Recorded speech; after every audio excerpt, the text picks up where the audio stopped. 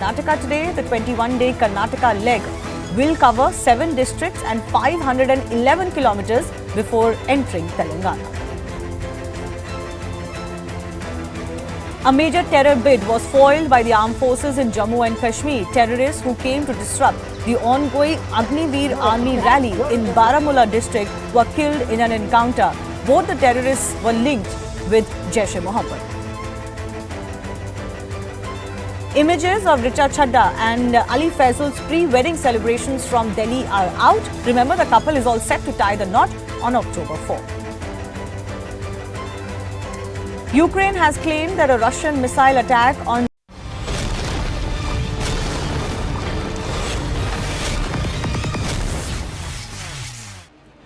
Good evening. Welcome to the Super Saturday debate. I'm Zaka Jacob. It's a red-letter day today in the history of India's telecom services. India has now officially moved into 5G territory. By Diwali, most major telecom players are promising to roll out 5G in major cities across India. From being a late entrant into the telecom race, India is now at the forefront of the technological advances that are happening in the telecom sector. Is this going to be 5G? A game changer for India, and how will this benefit ultimately the last man or woman standing in the queue?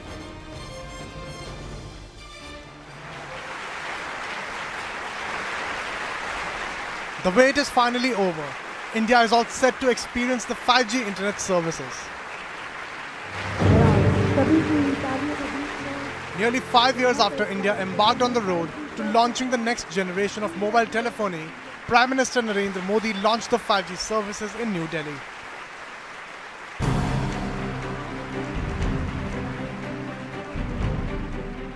The launch took place during the 4 days inauguration of India's biggest technology festival, India Mobile Congress 2022. Just before the launch, Prime Minister Modi was given a demo of the technology by Chairman of Reliance Jio, Akash Ambani. Prime Minister Modi also inspected various stalls of IMC 2022 exhibition, where he tested Qualcomm new vehicle, which can be remotely controlled in mines and war fields. 21वीं सदी की जो सबसे बड़ी शक्ति है, उस शक्ति को नई ऊंचाई पर ले जाने का आज भी आरंभ हो रहा है। 5G अवसरों के अनंत आकाश की शुरुआत है। The first phase of 5G is being launched in 13 cities. Full 5G coverage across the country will be completed by 2024. Reliance Jio, who was the top spender at this year's 5G spectrum auctions, launched the 5G services in Delhi, Mumbai, Chennai and Kolkata. Indian telecom industry, what we have demonstrated, I feel very proud.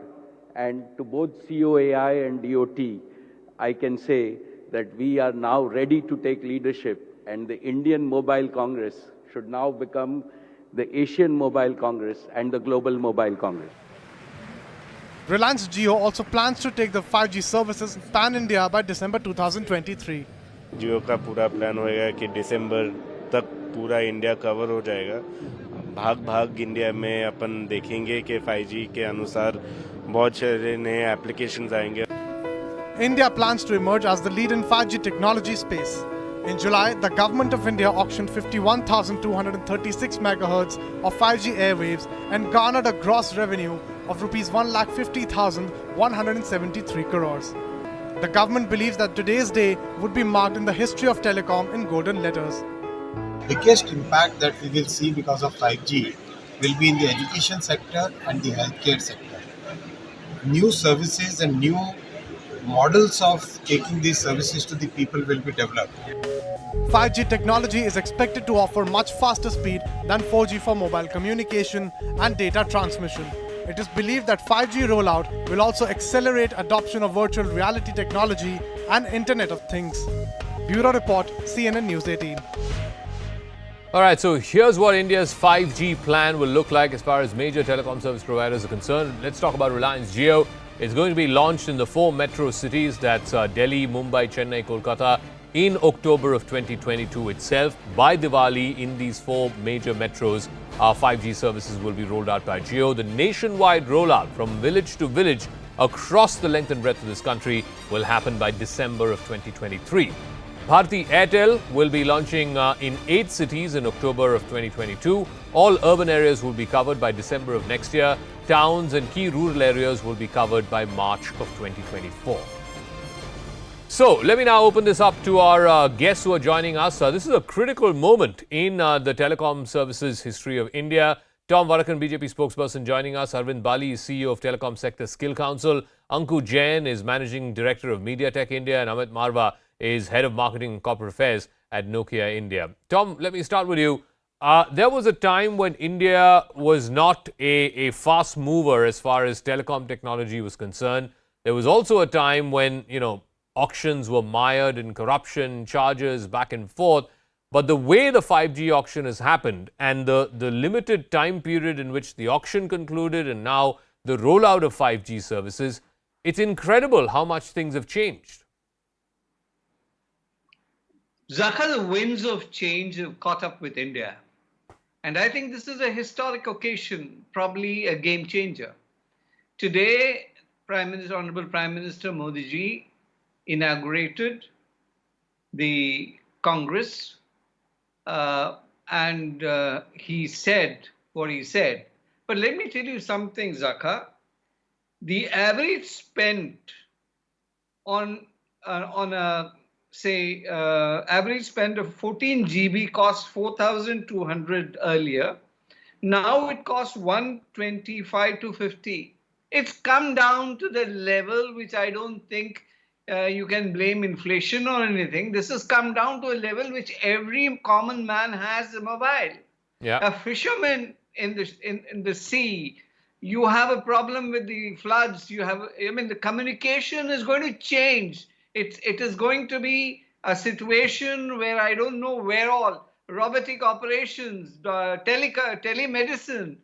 This is split second speed that you're getting. And I think this is going to be a game changer for India. And I think this could only have been possible under the leadership of our dear Prime Minister, Mr. Modi. I want to ask Arvind Bali. Everybody says, and Tom also, you heard him a moment ago saying that this is a game changer. But please break this down for our viewers, Mr. Bali. What do you mean by a game changer? How is this going to improve the life of the common man or woman who is last of line? How will 5G make his or her life better? What will change? Give us the nuts and bolts. So it is going to bring the gap between India and Bharat much lesser. Actually, most of the people, they migrate from small cities, small places to big towns. Besides job opportunity, I think there's another thing which is good education, good health, good entertainment, all that stuff. Now, 5G is an enabler which is going to take education, latest and the best education to real rural places. Health through telemedicine will become very, very strong. And same way, entertainment, through OTT platform, it will be available for all. So all these things, when we see together, it is going to be a game changer for overall system.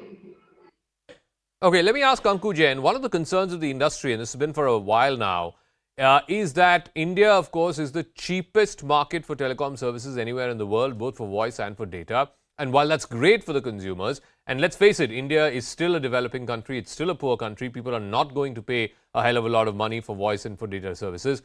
How much will 5G and the rollout of 5G, how much more pressure will that put on telecom companies and the cheap rates at which they're able to afford and sell to the Indian public?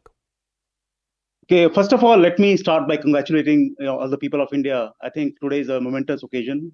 We have finally got the 5G services launched in the country. That's really great news and very exciting times ahead. For your question, I think, ARPU is one point of view, one aspect of monetizing 5G. Yeah. But apart from that, I think 5G would unleash a slew of innovation going forward. And I think the overall solutions which are going to be created around 5G will also create a lot of monetization aspect from there. And what I feel is, 5G will be give another push to the startup ecosystem. I think we have in the last few years we have seen over 100 unicorns which have come up, and really we are very proud of that. And I think 5G will create another innovation push, and that will create more monetization capabilities for this technology. And I think, as mentioned by the previous speaker, we have so many different use cases like healthcare and e-commerce and education and so on. I think the possibilities are really immense. Amit Marwa, once 5G rolls out, and hopefully in the big cities, at least by the end of October, by Diwali, we'll have 5G rolled out by major telecom service providers. I want to know, how do people access this? Do you need a 5G enabled phone? Do you need a SIM card that is 5G enabled? Would that mean that you have to go to a physical store and change your SIM card? How is that going to work? Yes, Aka, you are absolutely right. As 5G services come into India, you will need a 5G enabled phone. But the positive side of that is that in India today, with the 800 million smartphones that are there, almost 10% are already 5G ready. So there is a ready ecosystem which will enable 5G in the beginning. And yes, you will have to go and upgrade to a 5G SIM. And now there is an option of an eSIM that you can take in order to take the advantage of 5G services. Tom Vadakan, the criticism, if I may say so, is that 5G is great. You can roll it out, and it's already been rolled out by Diwali. Like I said, most urban centers will have. But a large part of India cannot afford 5G enabled phones. I mean, these are smartphones. They're above 10,000, 15, maybe even 20,000 rupees. A large part of India cannot afford that. How are you going to respond to that? Well, the initial information that we have is about 1,75,000 villages are now provided with optical fiber, while around 5,60,000 have 4G connectivity. Now, as to the cost of the instrument, when production increases and demand supply increases, prices are bound to be competitive. And I think it is essential that the telecom companies, especially those manufacturing sector, would go in for versions which are people-friendly, pocket-friendly, and I think that phenomenon is going to happen, because if the cost effectiveness doesn't take place, this is basically market forces. And believe me, Zaka, if we can bring down the prices of the network costs that have been there, we certainly have control of the prices of smartphones to be controlled. Because in a competitive market, if your product doesn't sell, then you are in a problem. So you will have to have a product which is people-friendly and pocket-friendly. No, so Arvind Bali, one of the interesting things is, very recently the government had sort of banned handsets that were, I think, below 12,000 rupees or 15,000 rupees, banned Chinese makers of those handsets. So do you believe that if 5G were to roll out, and if you were to make affordable handsets for people of India, then this is also a great opportunity for Indian manufacturing, phone companies, Indian manufacturers to step up to the game, to step up to the plate and say, we will manufacture 5G enabled phones which are 10,000 rupees or 12,000 rupees, thereby catering to the mass market? Yeah, actually, I feel that this is the greatest opportunity for Indian handset manufacturers. Rather, PLI scheme, a lot of Indian companies already applied for it. And I personally feel that getting a phone less than 10,000 rupees, 5G, I think it is a matter of just maybe few months. You should have, you'll be seeing very near future, good quality phone which are operating on 5G, good memory, good cases will be coming to the market. Now, Indian manufacturers are again very active. The Prime Minister also mentioned that, like from a country which was importing maximum number of handsets, we have now become an exporting country. We are the second largest producer of phone now. We have heard about Apple 14, iPhone 14, that is being manufactured here. Correct. So I think manufacturing in India is going to catch up like anything. In this IMC exhibition, I have met so many manufacturers who are actually working on real component level manufacturing. Like that is a beauty. And, and the Indian manufacturing of electronics, which was thought as a far-fetched dream, has actually come true now. All right, I want to ask Ankush Jain, one of the things that we saw, during the pandemic is that there was this very real digital divide. There was, particularly in the field of education, for example, There were students who could afford online classes with the equipments required, and there was a large section of students who could not afford that. Will 5G breach that technology gap, particularly amongst our young people? I think 5G, the best thing that it provides is that last mile connectivity. So we have a lot of rural areas where the fiber could not reach yet, but 5G technology can actually give access to high bandwidth for those people. So from connectivity point of view, it does help the rural areas and for education to reach them. So that's definitely something that we are looking forward to. Something like, for example, fixed wireless access is something which can be provided to all parts of the country. And as we saw, heard today in IMC, by next year, the whole of the country will be connected to 5G. So that really helps for the whole population of India to be connected. At least they get the opportunity to get connected. So which was not available so far. So that way, I think even things like education, health, etc., will get a lot of benefit. All right, Amit Marva, I'll give you the final word. Are Indian telecom service providers ready to roll 5G out by the end of this month, at least in the big urban cities of the country, and of course take it to every remote corner of this country by December of next year? And are manufacturers like yourself ready to make high-tech 5G-enabled phones which are also affordable? So the answer to both is yes. We are ready to manufacture not 5G phones, but 5G equipment, which is going to be manufactured in India, which will set up networks in order to make 5G work. And the operators are definitely gearing up very, very quickly. Of course, people will have to be a little patient because you can't do magic in a month or a couple of months. But all I can say is I would encourage people to come and see the India Mobile Congress. The last day, which is Tuesday, is open for public, to just see the possibilities that 5G can enable in order to change lives of people for the better and enable the economy of the future. So it's a great opportunity. What is demonstrated in the India Mobile Congress this time is unique and is something which is unprecedented for people to witness. I think it's everybody is working extremely hard in the next few months to make 5G happen and take the benefit of 5G. Tom, I'll give you the final word, less than a minute. The reason why countries like the United States and other countries in Western Europe did so well over the last 200-300 years is because of the Industrial Revolution. And that seems the case with China over the last 40 years or so. India, of course, we still need great amounts of physical infrastructure. There's a long way to go. But one area where India could really make it a level playing field, maybe even race ahead of the Western countries, is digital infrastructure. You think we're ready for it?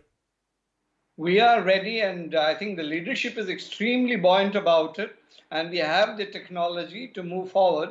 And believe me, Zaka, it's going to be, when I said game changer, I mean every word and alphabet of it, because essentially this is going to be a situation where India is going to lead the Western world, and this is going to happen right in our time and in our history. Okay, thanks very much, Tom Varakan, Anku Jain, Amit Marva, and of course Arvind Bali. Thank you very much for speaking with us. It is indeed one of those rare moments where all of us as Indians can take pride in, because we are now really breaking new ground as far as telecom is concerned, and we're really hoping that our telecom service providers match up to that game and completely change the rules of the game in a way that India leads the world in 5G technology. I'm going to take a break. When we come back, we'll have some important breaking news coming in from across the border in Pakistan.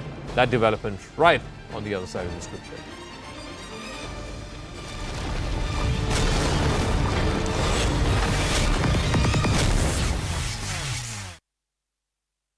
He also inaugurated phase 1 of the Ahmedabad Metro Rail project. देश के 2 दर्जन से ज्यादा शहरों में metro या तो शुरू हो चुकी है या फिर तेजी से काम चल रहा है। पुराने शहरों में सुधार और उनके विस्तार पर फोकस के साथ-साथ ऐसे नए शहरों का निर्माण भी किया जा रहा है जो ग्लोबल बिजनेस डिमांड के अनुसार तैयार हो रहे हैं। Prime Minister Narendra Modi's convoy stopped for a brief minute to give way to an ambulance while he was travelling from Ahmedabad to Gandhinagar. This happened when he was on his way to the Raj Bhavan in Gandhinagar after finishing his public rally on Friday afternoon. Bulldozers rolled out in Noida's Grand Max Society over encroachments into common spaces by several apartment owners. This is the same society where a spat between Shrikant Tyagi and another resident over the same issue had triggered a major row last month. Madras High Court has directed Stalin government to grant permission to the RSS to organize a march on November 6. The High Court has also made it clear that authorities will face contempt action if they violate this order. The Tamil Nadu government had earlier denied permission to the RSS for holding a march on October 2, citing law and order issues. Rahul Gandhi's Bharat Jodo Yatra entered Karnataka today. The 21-day Karnataka leg will cover 7 districts and 511 kilometers before entering Telangana. A major terror bid was foiled by the armed forces in Jammu and Kashmir. Terrorists who came to disrupt the ongoing Agniveer Army rally in Baramulla district were killed in an encounter. Both the terrorists were linked with Jaish-e-Mohammed. Images of Richa Chadda and Ali Faisal's pre-wedding celebrations from Delhi are out. Remember, the couple is all set to tie the knot on October 4. Ukraine has claimed that a Russian missile attack on Zaporizhzhia has killed at least 25 people in a humanitarian convoy and wounded dozens of others. The convoy of civilian vehicles had assembled in Kyiv on Friday, preparing to leave the area. They were planning to visit relatives and deliver supplies to an area controlled by Russia when it was allegedly hit. Meanwhile, Moscow has annexed 4 partially Russian-occupied regions of Ukraine today. The move was widely expected following annexation votes that ended on Tuesday in the 4 regions. UN Chief Antonio Guterres stated that the annexation has no place in the modern world, but this follows Russia's pattern of hostile takeovers. Remember, the same thing happened in Crimea in 2014. An explosion at an education institute in Kabul killed over 19 and injured over 30. A witness claimed that a suicide attacker detonated explosives at the center. There were no immediate claims of responsibility for the attack. Prime Minister Narendra Modi also inaugurated a slew of projects earlier in his home state. He flagged off Vande Bharat Express. The train will be connecting the state capitals of Gujarat and Maharashtra and will run 6 days a week. On his 2-day visit to Gujarat, he also inaugurated phase 1 of the Ahmedabad Metro Rail project. देश के 2 दर्जन से ज्यादा शहरों में metro या तो शुरू हो चुकी है या फिर तेजी से काम चल रहा है। पुराने शहरों में सुधार और उनके विस्तार पर फोकस के साथ-साथ ऐसे नए शहरों का निर्माण भी किया जा रहा है जो ग्लोबल बिजनेस डिमांड के अनुसार तैयार हो रहे हैं। Prime Minister Narendra Modi's convoy stopped for a brief minute to give way to an ambulance while he was travelling from Ahmedabad to Gandhinagar. This happened when he was on his way to the Raj Bhavan in Gandhinagar after finishing his public rally on Friday afternoon. Bulldozers rolled out in Noida's Grand Max Society over encroachments into common spaces by several apartment owners. This is the same society where a spat between Shrikant Tyagi and another resident over the same issue had triggered a major row last month. Madras High Court has directed Stalin government to grant permission to the RSS to organize a march on November 6. The High Court has also made it clear that authorities will face contempt action if they violate this order. The Tamil Nadu government had earlier denied permission to the RSS for holding a march on October 2, citing law and order issues. Rahul Gandhi's Bharat Jodo Yatra entered Karnataka today. The 21-day Karnataka leg will cover 7 districts and 511.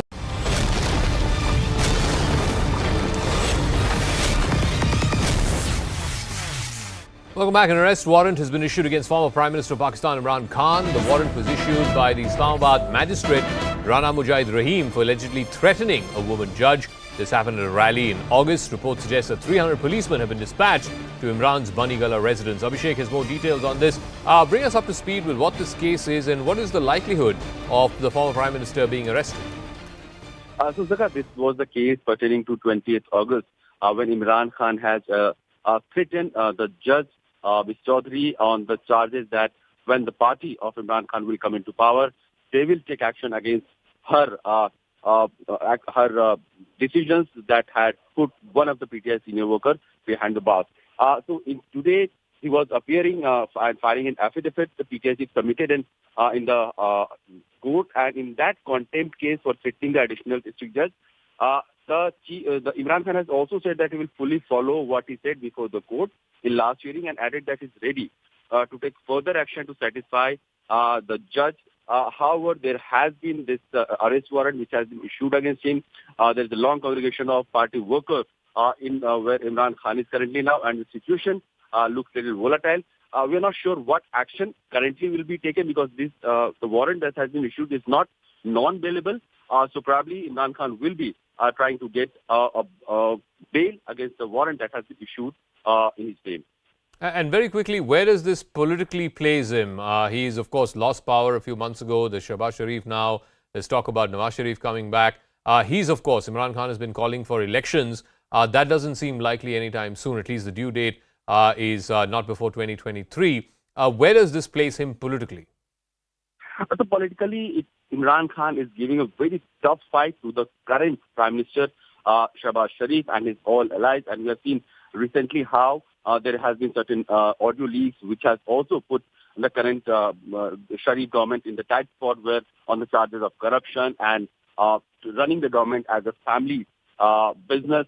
So in that context, Imran Khan is emerging as a very popular leader. Wherever he is going, there is a tens of thousands of people waiting for him and chanting in his support. So clearly, it's a tough political divide that is also reflecting in the legal hassle that Imran Khan is facing currently. All right, we'll leave it at that, Abhishek. For the moment, thanks very much for joining us with your thoughts and perspective on that story. A warrant now issued against former Prime Minister of Pakistan, Imran Khan.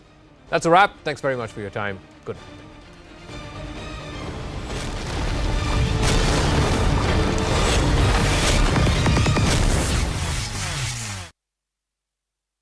Resident over the same issue had triggered a major row last month. Madras High Court has directed Stalin government to grant permission to the RSS to organize a march on November 6th. The High Court has also made it clear that authorities will face contempt action if they violate this order. The Tamil Nadu government had earlier denied permission to the RSS for holding a march on October 2, citing law and order issues. Rahul Gandhi's Bharat Jodo Yatra entered Karnataka today. The 21-day Karnataka leg will cover 7 districts and 511 kilometers before entering Telangana. A major terror bid was foiled by the armed forces in Jammu and Kashmir. Terrorists who came to disrupt the ongoing Agniveer Army rally in Baramulla district were killed in an encounter. Both the terrorists were linked with Jaish-e-Mohammed.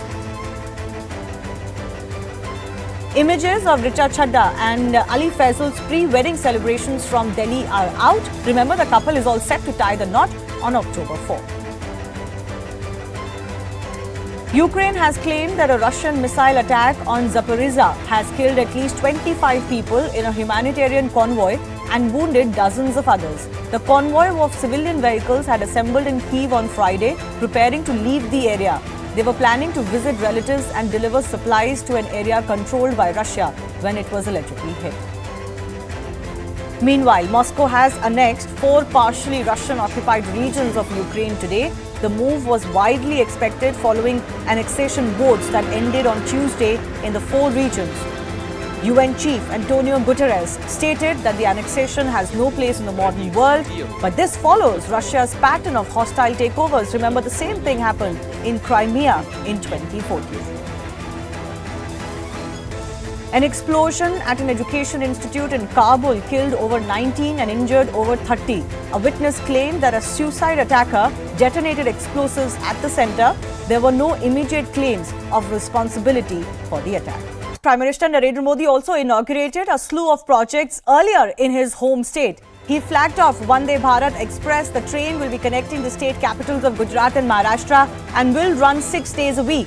On his 2-day visit to Gujarat, he also inaugurated Phase 1 of the Ahmedabad Metro Rail project. देश के 2 दर्जन से ज्यादा शहरों में metro या तो शुरू हो चुकी है या फिर तेजी से काम चल रहा है। पुराने शहरों में सुधार और उनके विस्तार पर फोकस के साथ साथ ऐसे नए शहरों का निर्माण भी किया जा रहा है जो ग्लोबल बिजनेस डिमांड के अनुसार तैयार हो रहे हैं। Prime Minister Narendra Modi's convoy stopped for a brief